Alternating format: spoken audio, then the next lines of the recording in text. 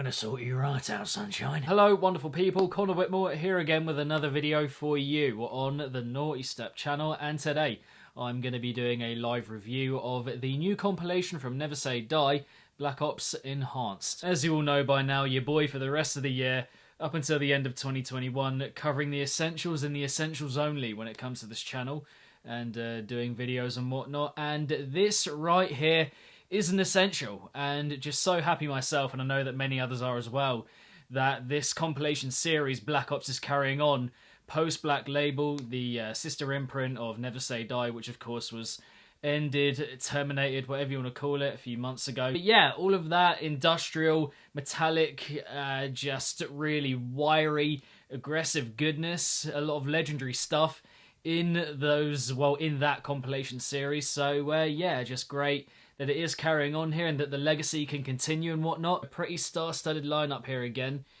for the latest installment of this compilation series, and got some good reviews as well so far of the trailer from a lot of you that follow me and just been bigging it up, been talking it up a lot. So yeah, looking forward to getting into it. And we got 12 tracks here, and I'm hearing them all for the first time in this video right here. Gonna hear them, gonna relay some thoughts, gonna give some opinions, all that kind of stuff. Yeah, let's go. First up, we have Forsaken by Kill Feed.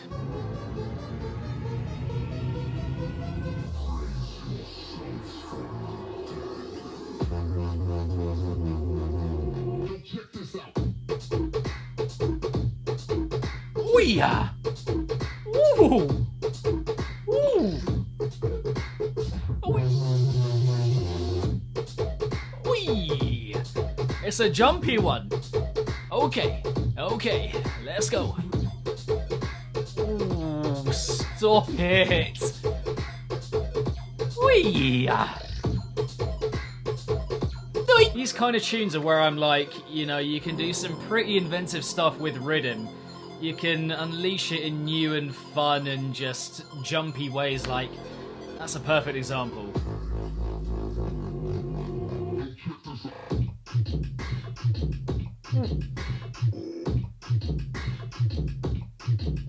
Ooh. Pretty stodgy, this one. Like, genuinely feel like I'm just crawling through mud, like just trying to get through a swamp kind of thing, you know? Yeah, that was fun, really good fun. I mean, for the first drop alone, just how on its feet it was, how alert it was, how energetic it was, all that kind of thing.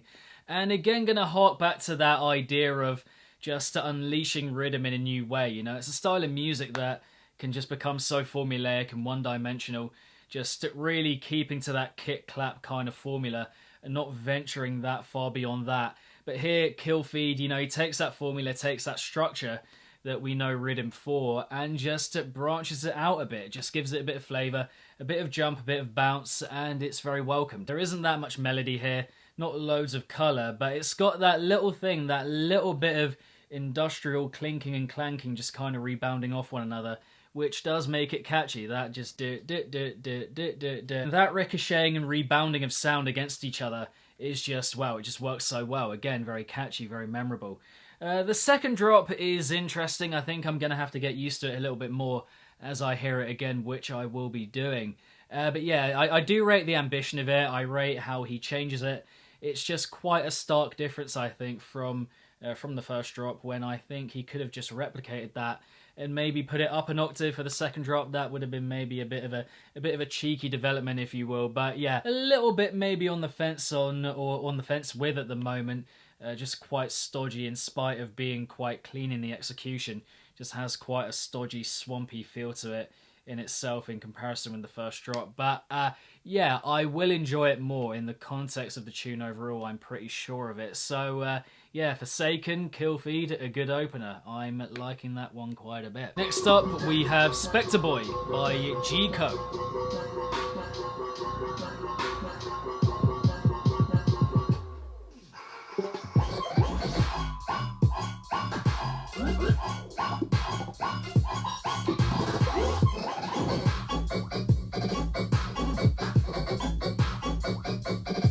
Oi, oi!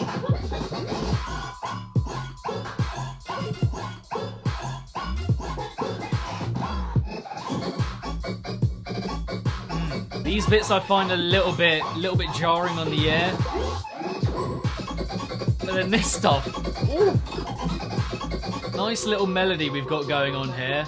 Well, melody, lead line, hook kind of thing. It's very nice, like lures you in, quite mysterious, quite creepy almost.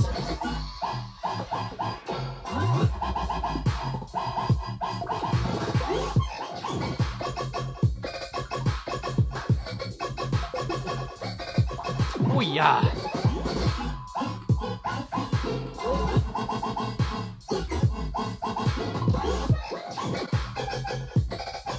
Oi! Interesting tune. I think you can divide it up quite easily into stuff that is quite jarring on the ear and then stuff that's a bit more agreeable on the ear, at least when it comes to the heaviness, in my opinion. Because, it's kind of like with each release of heaviness we get here, there's like a first half that is just a bit weird and a bit scrambled and a bit maybe convoluted and confused and doesn't quite know what it's going for. But then in the second half it comes through each time with this really either low-pitched or quite high-pitched, like bubbliness, tripling sounds and all sorts going on, but it really works and it's quite infectious. So it's quite an interesting contrast going on there. I think it does get better as it goes on into the second drop, and that bubbly stuff, the more exciting stuff, just takes more of a kind of center stage limelight position in the track. Because in the first drop, there's just quite a lot of that again, you know, convoluted, muddled sound that doesn't, well, it seems like anyway, it doesn't quite know what it's going for. I think aside from the heaviness, that little melody that we got, that little hook or lead line, whatever you want to call it, kind of leading us in, a bit mysterious, a bit creepy, I think that was very good. And then aside from that, I think the production here was very on point, very sharp and articulated. There is catchy stuff, but when it comes to the kind of main release of each mini drop we get, or each mini release within the two main drops we do get here, yeah, it's not really doing anything in particular. It just feels like a collection of sounds that aren't really, well, haven't really been assembled with anything genuine in mind, if you get me. But yeah, that is gonna be my thoughts on that one from Gico. After that, we have Make Some Noise by Ominous.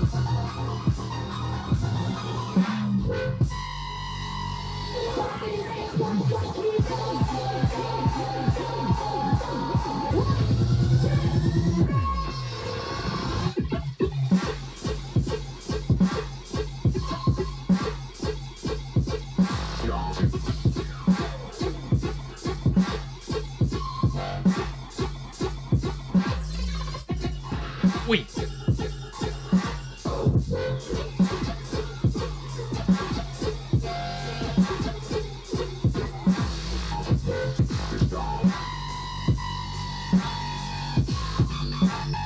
Wait.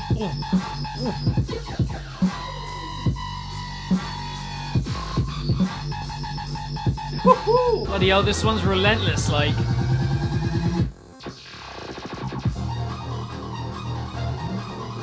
Okay, build up to a little midsection moment.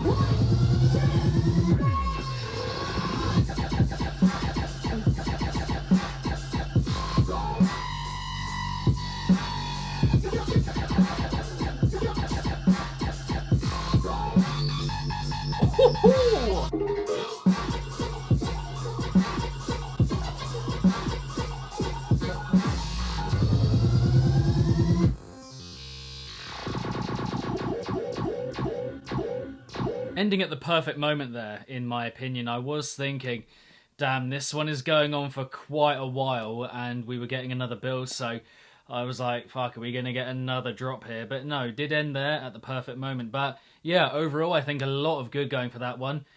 Some of the best sound choice that I've heard in quite a while. Yeah, absolutely, no doubt. All the kind of background touches, again, making for a very glitchy and computerized, futuristic, technological kind of vibe, and I think he did that very well. The arrangement overall is just fantastic, I think, and lovely bits of just sonic interjection here and there. I love the unpredictability of it when it comes to the structure. Just not knowing whether you're going to get a midsection or a build or a drop or whatever. Just the way that Ominous keeps you on your feet as the listener when you're hearing that tune for the first time is very good. The one big drawback, I don't think many of you will be surprised, would just be the execution on a bit of that heaviness. Well, most of it anyway. For me, I prefer just a bit of a sharper, more clean sound. Quite rough for large parts of the execution. Just, yeah, just a bit jagged on the ear, just feeling a bit just old and worn down and worn out industry, if you know what I mean. Like metal that has just been eroded quite a bit, if you know what I mean. That's the kind of image that I'm getting with a few sounds here and there on that tune, and bits of the percussion in particular. When for me, I just love a bit of sheen, I love a bit of gloss, I love everything. Just to have that shininess, that sharpness, which I think could have just accentuated everything that was going on. Because some of the ideas here are just fucking fantastic. In particular, that middle drop that we got was just, well, some of the musicality in it, the sound choice, it was all going on. The flow and the rhythm of it as well was just so on point. Overall, again from him, solid. Moving on, we have Via with Sussy Backer Dub.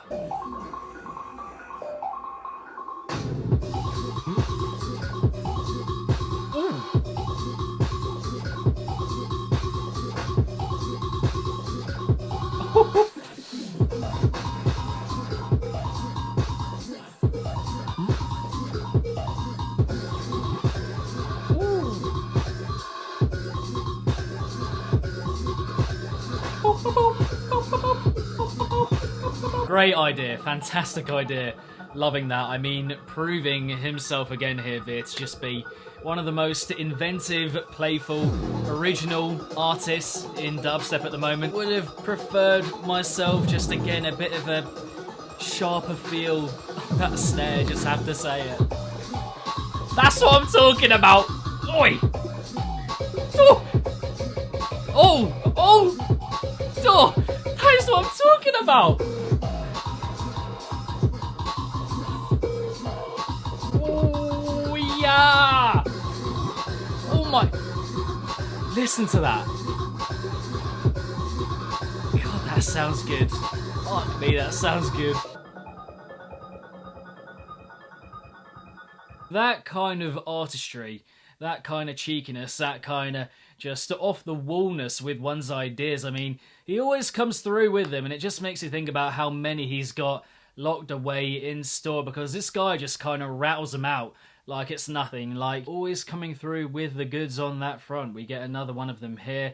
The dynamic, the flavour, the energy just kind of radiating off this tune is crazy. And you know, you could hear when I just heard it there, and for me the first drop just paling in comparison a little bit, just because of that slight difference with the snare to the second drop, and for me you can hear the difference quite clearly. It's up to you, whichever one you prefer, but for me the second one is just so much cleaner and really does bring it up, that idea, just another level. The surrounding sections being, complementing and supplementing the heaviness we get here in a expert way too. So, yeah, a very neat, confined, tidy little number, again from Veer. And, yeah, just continuing here for me to excel and come through with the goods. So, yeah, another good number there from Veer. Following on from there, we have Translucence by Neonics.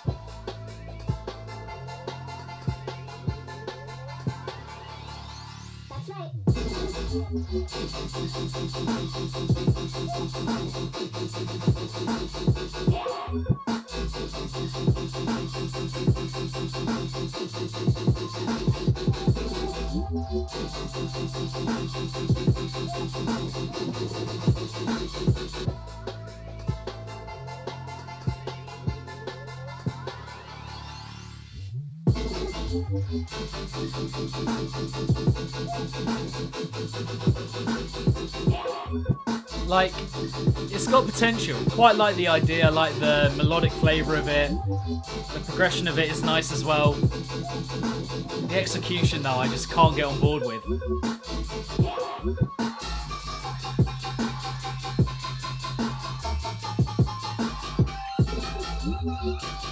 Classic example for me of a tune with a lot of potential. All round, you know, across the board. I think, you know, for one, where we're kicking off with the introduction, I think it was very good. Had a bit of a, you know, soft D&B, mechanical, clanky kind of feel to it, very good.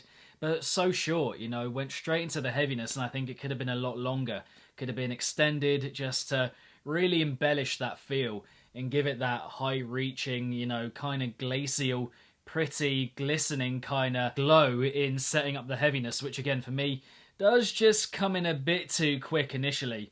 We do get that again when it comes in after the midsection as well. Midsection, again, just could have been a bit longer, a bit more extended. Then when it comes to the heaviness, I mean, again, I did mention it earlier, but melodically, you know, quite encouraging. I did enjoy that. The progression of it as well just had quite a radiant, vibrant feel to it, you know, quite a bit of flavour there, and a lot of the arrangement, background touches as well were very good, I thought, but the execution, I mean, for me, that snare is just, you know, the kind of rough that I can't really listen to, if I'm being honest, you know, just quite grating on the ear. And then beyond that, you know, in spite of some parts of the drops being quite melodically on point, I think there were also points where, again, it felt a bit aimless and not quite sure exactly what it was going for, and a bit clunky in terms of bringing stuff together. So, yeah, I mean, some good here, which I have mentioned, but, you know, falling flat for me and falling short in quite important ways, which do play quite a big role in the tune overall. So yeah, that's going to be my thoughts on that one. Next up, Dreamwave, Akios.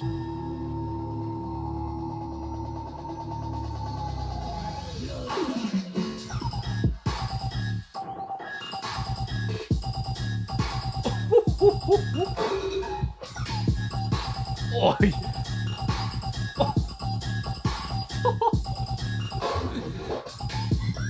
Oi!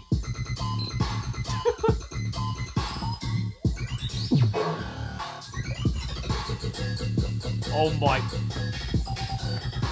I'm almost getting up here. Almost getting up. Akios is goated.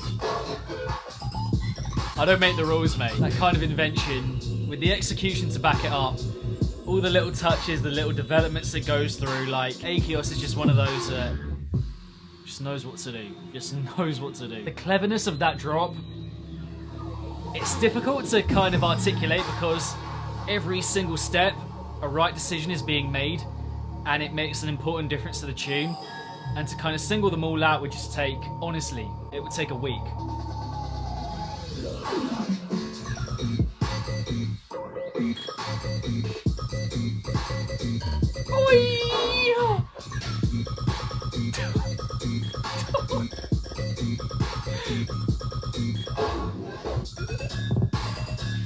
I'm done. It's so good. It's so good.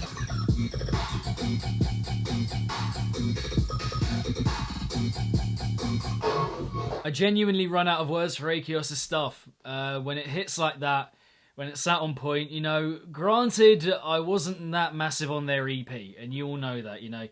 You were there for the first listen, for the stream, you know, it's up on YouTube, whatever, you can find it. But that, you know, when Akios are on form like that, you know, their stuff, the way it hits is just so particular, so exact, so precise, and so on point that, again, you know, kind of like I said before, it's difficult to put into words, it's difficult to articulate, because at every step, again, you know, I'm just going to kind of expand on what I said earlier. At every step here, there's just a little touch or a little flicker here and there that enhances and improves the tune so much. But again, it's just a little thing like that. And if I was to go through every single one, it would genuinely take me a week, you know, somewhere between a week and 2 weeks to like explain them all fully and go into each one in depth and kind of explain how it works and how it functions within the tune, the difference it makes, you know, each kind of step that we're taking here with this Akios cut is just, I mean, the attention to detail, the way in which this idea is just kept exciting and engaging and captivating and riveting throughout without actually doing that much, you know, it's not that out there. I was fully lost in that one for the whole thing. Very effective, knows what it's good for, knows what it wants to do, and it just keeps layering and going one up, you know, going up a level with each little incremental moment as it goes on. Like, that is just pretty much everything I look for in music of that kind. Bass music, dubstep, riddim to be a bit more precise and exact, but, yeah, just so good. And Aekios again in full flow. My definite pick here so far, for sure. Moving on from there, we have The Scrolls by Leotrix.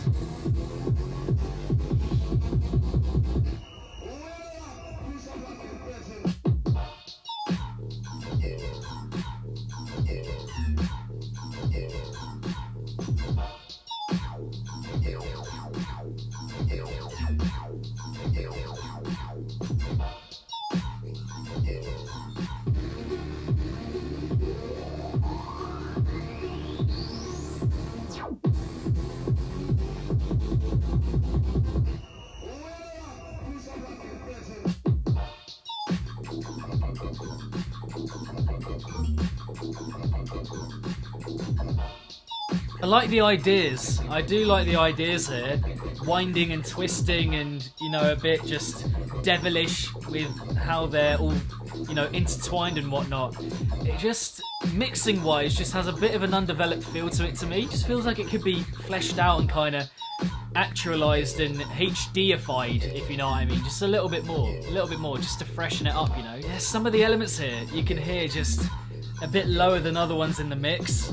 Other ones shining through a bit more, when the synth should maybe be a bit more at the forefront, if you know what I mean. Yeah, not bad. I think a lot of good there, but for me, falling short again in quite important ways. So on the good side, I think melodically, in the interlude sections we got, in the intro, the outro as well, I think in the mid section as well, potentially. Yeah, again, a bit of a mysterious feel, you know, really luring you in, which I appreciated about it. That was good. And the drops themselves, I think, just had, again, that convoluted feel, but in a good way. You know, it's twisting and turning, everything kind of intertwining and enmeshing within each other. I think that was good. Made it quite disorienting, but in a good way. But yeah, the execution I just found a little bit odd, if I'm being honest. Again, it might have been a bit of a mixing thing, but there were definitely elements that I think could have been more at the forefront, like the main synths, for example. I think they could have been a bit fresher, but just got buried a little bit in the mix, and that meant that, yeah, the execution just didn't quite come off, in spite of the ideas being good. Yeah, it didn't quite feel to me like they were fully actualized. I think they could have been just given a bit of the HD treatment, like I said earlier. And that can, I think, you know, just extend a little bit into the other interlude sections we got, little moments here and there, with those kicks, I think, in the introduction, the outro. Probably got them in the midsection as well that were just a bit overblown, a bit harsh, and just a bit, yeah, just a bit much, a bit overbearing on the ear for me. But yeah, some definite good there, and a lot of what Leotrix is best for. The sound choice and the flow as well is something that I cannot miss out in my coverage of that number. But yeah, not bad. Far from his best, but yeah, not bad. Then we have Hackerman by Mahir and Crippling.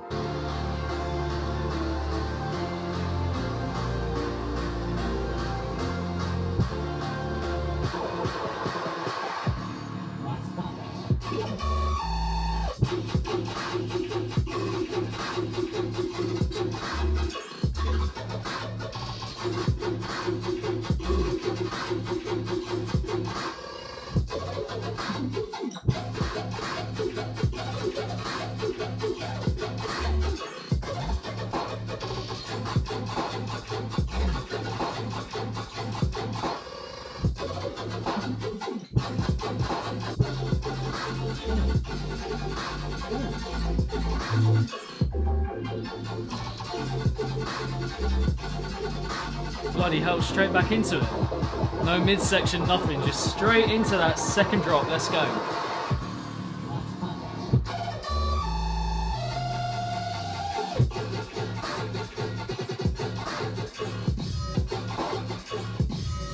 Back into that, like...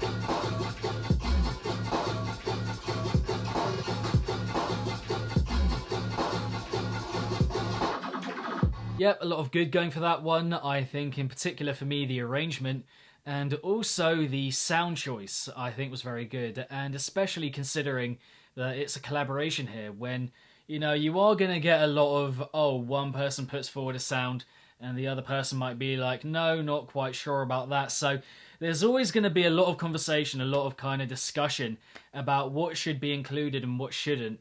And I think between them, they did a very good job on that front of just deciding what was going to go where and which stuff was going to be included.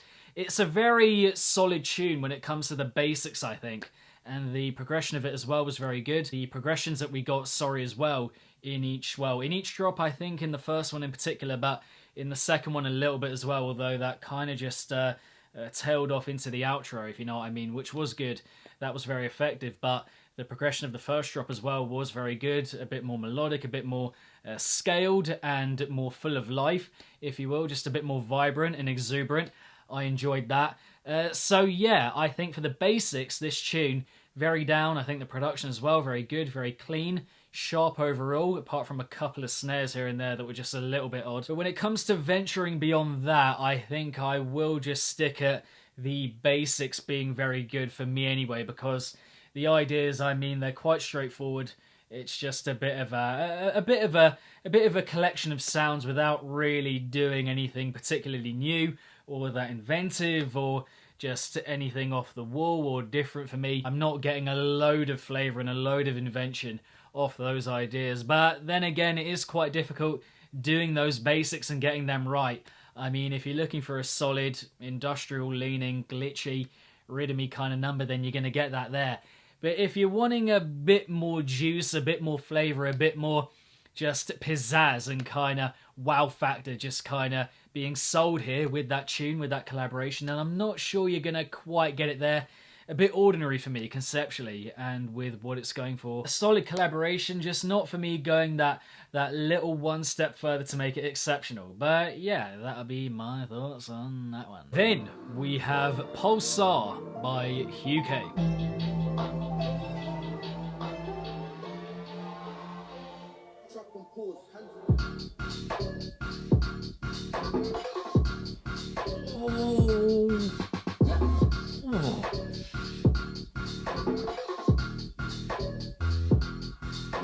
Oh.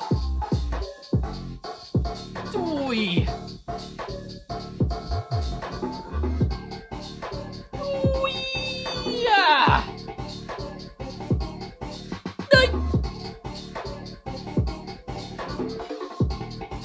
Oh. Oh. It's classic UK. Fun, dark, on its feet, unpredictable. Amazing dynamic and relationship between practically every sound going on here. Oh, okay.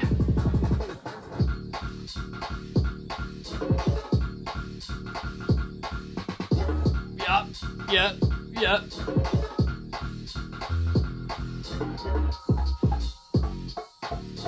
Ooh, stop it.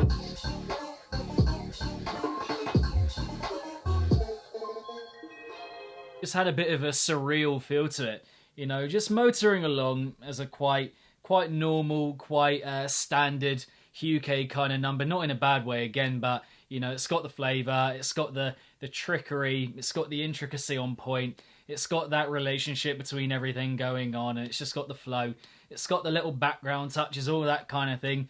Then the midsection is just kind of ensuing and ticking along, and then you're just like, well, we're just going to get another dose of that, another helping of that. But then the speed up into the D&B, just kind of replicating the first drop but in a quicker format, was so good, so on point. Didn't quite see it, was a bit unpredictable, and yeah, that was very good. Did elevate the tune and give it a bit more flavour, a bit more pizzazz and wow factor, if you will. The amount of different influences it kind of brings together here and conjoins, and it makes for a very effective combination for sure.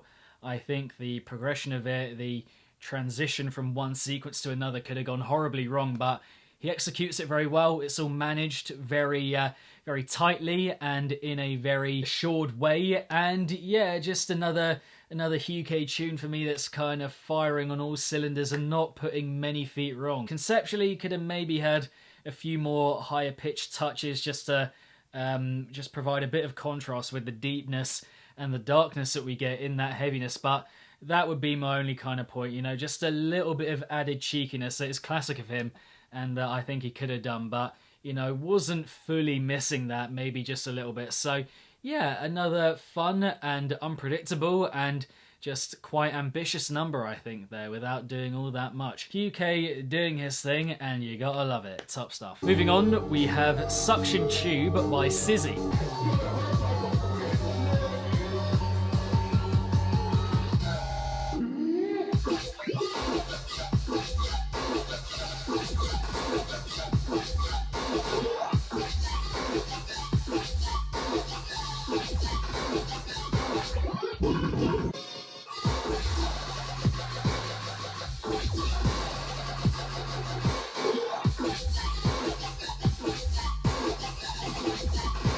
That drop I can only liken to biting into a lemon. The sensory overload of that was a lot. It was overwhelming, it was acidic, it was in your face, it was unforgiving, relentless, just such a lot of sour flavour just washing over you like, fuck it hell.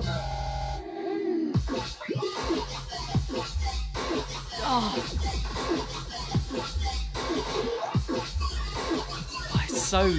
So sinewy and so wiry, and like I know I'm hearing it, but I feel like I'm being blinded when I hear it. Do you know what I mean? Oh, fucking hell, the squelch, man. The squelch on that. Don't know if you have them in America. You'll have something similar. Maybe like warheads or something like that. Is that what they're called? But in the UK we have toxic waste. A little sweet. Put them in your mouth. Originally very sweet, which is what we're getting here, what we got in the introduction. But then as it goes on, it just gets progressively more kind of invasive and just like super sour. For me, I do prefer that earthiness, that kind of grunginess, that darkness lying below, just to give it a bit more beef with that flavour on top. This just feels a bit too scaled without having that much, just something to kind of root it and bring it back down, because that sour kind of approach, that really high-scaled and high-pitched kind of thing, does at points become a bit overbearing with the tripling and all that kind of thing. But other points where I think the sounds are really working and it's very effective in going for that kind of technique. So yeah, I think a bit of good and a bit of not so good when it comes to the heaviness and bringing that all together. And beyond that, I think the introduction, the midsection I think as well, and the outro, very good, very effective with what they were going for melodically, and just as a way of providing that bit of is embellishment a word? I'm not sure if it is a word, but anyway, it did embellish and kind of embolden that heaviness that we got, I think, very well. Gave it a bit of context, a bit of story with the melody and how it kind of lured you in again. I think that was very good. Just needed maybe a bit of balancing out for me at points with a bit more earthiness, a bit more grunge lying below, which Sizzy has or have been very good at for me in the recent past. So yeah, that's gonna be my thoughts on that one. And ultimately, Bad Clark with Counter Attack.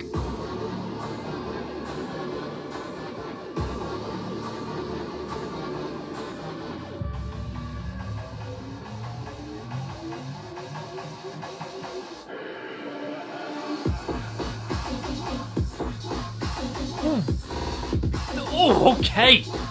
Oh. Oh my!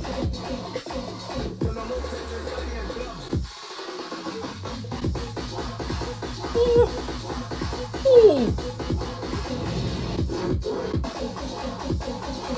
Oh, damn! Holy fuck balls! That was good. The aggression of that, the grunginess of it, the heaviness of it. But then also little bits just woven in that were a bit intricate and a bit more fine, a bit more dainty. Bloody hell, that combination was winner winner chicken dinner.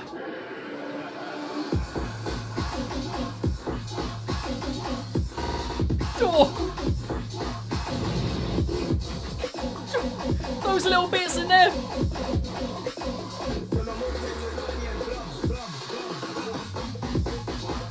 Oh. Oh. Oh, fuck me! Fuck me! A definite pick here, for sure, so far. No question for me. No doubt. That was fucking class. That is a Bad Clark that I want to see. Not this formulaic, just boom-dum, bat-dum, briddim-y kind of one-dimensional formulaic shit. Like, little bits of ingenuity and invention and innovation just dropped in there just to give it that flavour, that spice. and the production being good, like very on point for the most part.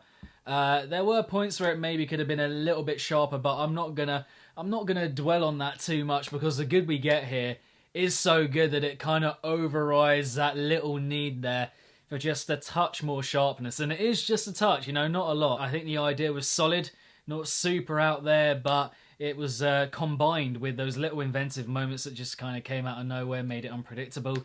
And those parts were actually very sharp indeed. So having that contrast between the more, again, dainty, delicate kind of stuff with the in juxtaposition or juxtaposed against the grungier, more fleshed out, gnarly, ravenous flavour that we got there was very good. And it was a kind of drop where it was so good, so impactful, and so diverse with what it was going for, and the kind of approach and outlay of sound and idea, that repeating it pretty much note for note and sound for sound in that second drop, which I'm pretty sure is what we got, was good. It was effective. You just wanted another dose of that. And then beyond that, in the kind of interlude sections, I think just, again, embellishing and fleshing out that dark and demonic vibe very well. Everything that Bad Clot is good for. The proper heaviness, that stodge, and executed well, with a couple of unpredictable moments in there as well, just for good measure, and to heighten and enliven those drops we do get. Fucking good stuff. Love it when he is on form like that in his heavy style and delivery and design. Fuck yeah. Bad Clot for the fucking win there. And finally, we have Sneck Dub by Mad Dubs.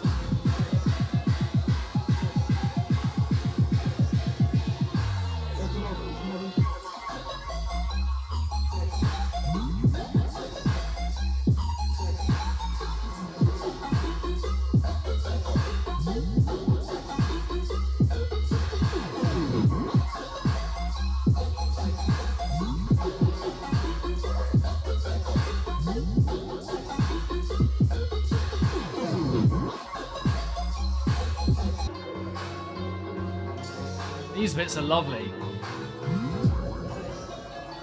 Very charming and alluring. Here we go.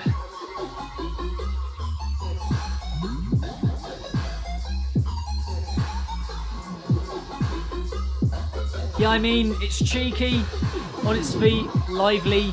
It's got a nice flow and a swing to it as well. The movement of it is very good.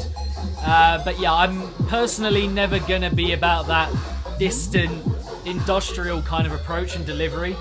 It just comes off as a bit flat to me. Yeah, that was okay here to finish off, I think. The ideas for me just quite ordinary, not doing anything particularly new, if I'm being honest. Well, for me anyway.